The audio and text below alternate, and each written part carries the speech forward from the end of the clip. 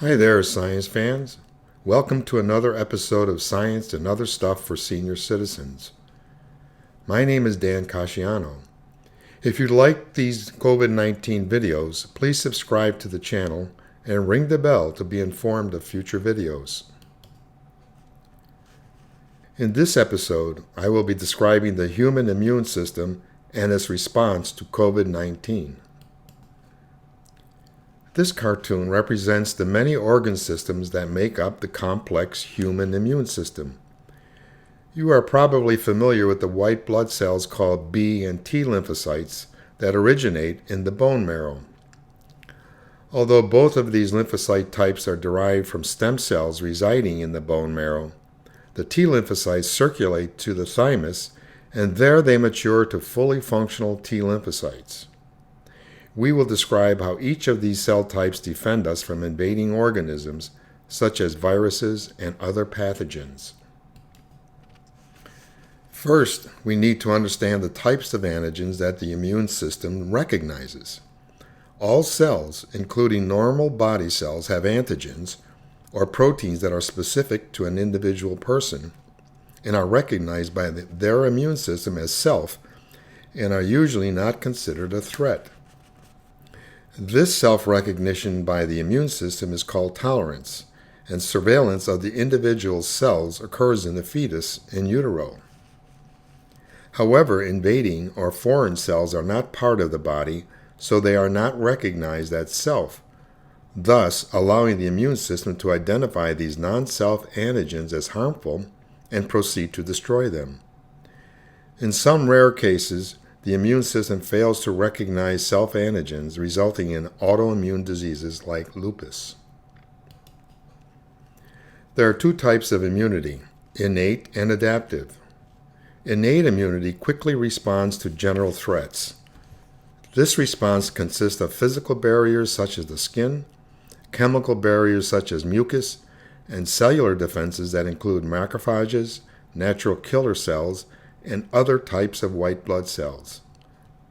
Adaptive immunity, or acquired immunity, responds to specific threats like COVID-19, influenza A, or influenza B viruses. This process of acquired immunity is the basis for vaccinations. Adaptive immunity includes two types of response, humoral and cellular. Humoral, or antibody-mediated immunity, consists of B lymphocytes derived from the bone marrow.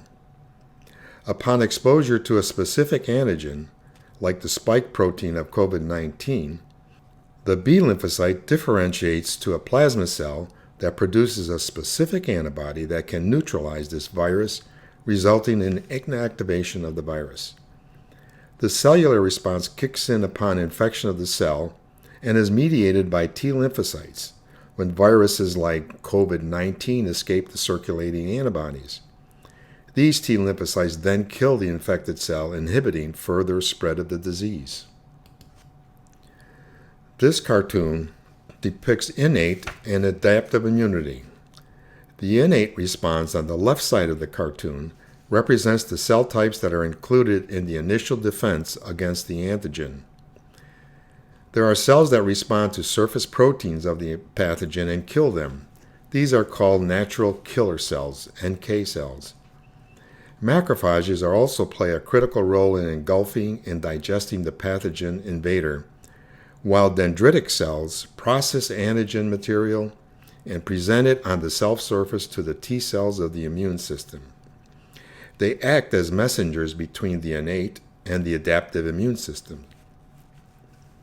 The adaptive immune system on the right side of the cartoon works to protect and heal the body when the innate immune system fails.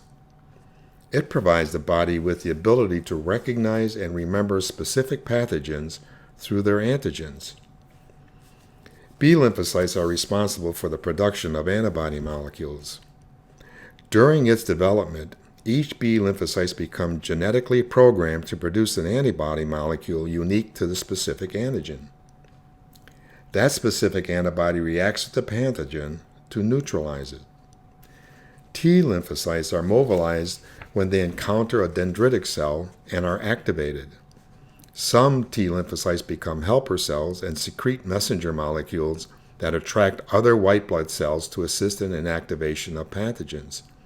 Others become cytotoxic cells and track down cells infected with a virus and then destroy the infected cell, while others become T lymphocyte memory cells that remember the pathogen, so when the individual is affected again with that pathogen or a close relative of that pathogen, those T lymphocytes expand their numbers and attack the specific pathogen.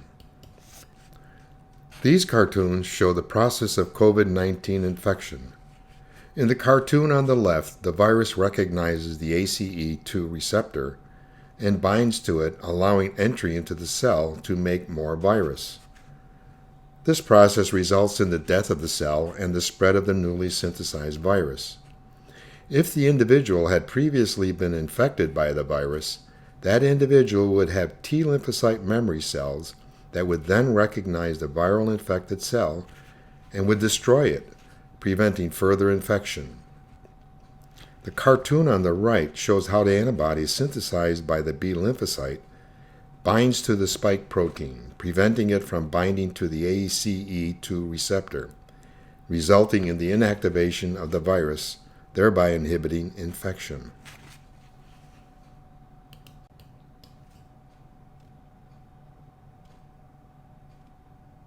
Hi there, science fans.